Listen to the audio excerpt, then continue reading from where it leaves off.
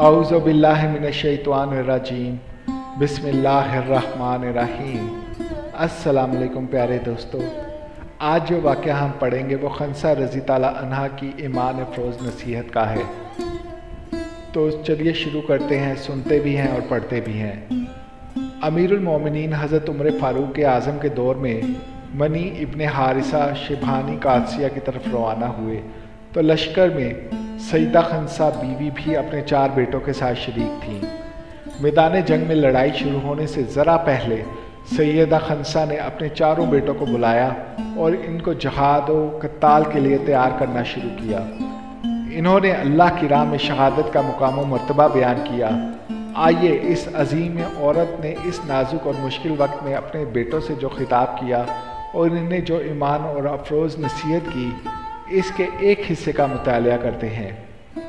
انہوں نے کہا، میرے پیارے بیٹو، تم مسلمان ہو اور اپنے رب کے اطاعت گزار ہو۔ تم اپنی مرضی سے یہاں آئے ہو، زبردستی نہیں لائے گئے۔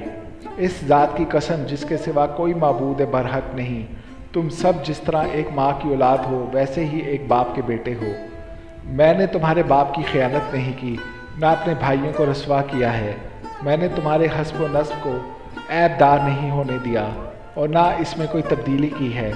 تمہیں خوب ہے معلوم کہ اللہ رب العزت نے کافروں کے ساتھ لڑائی کرنے میں کتنا اجر و ثواب رکھا ہے۔ سنو اور اچھی طرح سنو کہ آخرت کا گھر جو ہمیشہ رہنے کے لیے ہے اس فانی دنیا سے کہیں بہتر ہے۔ اللہ تعالیٰ فرماتے ہیں، اے لوگو جو ایمان لائے ہو، صبر کرو اور دوسروں کو صبر کی تلقین کرو اور آپس میں ربط پیدا کرو۔ اللہ تعالیٰ سے ڈرو تاکہ تم فلاح پاؤ۔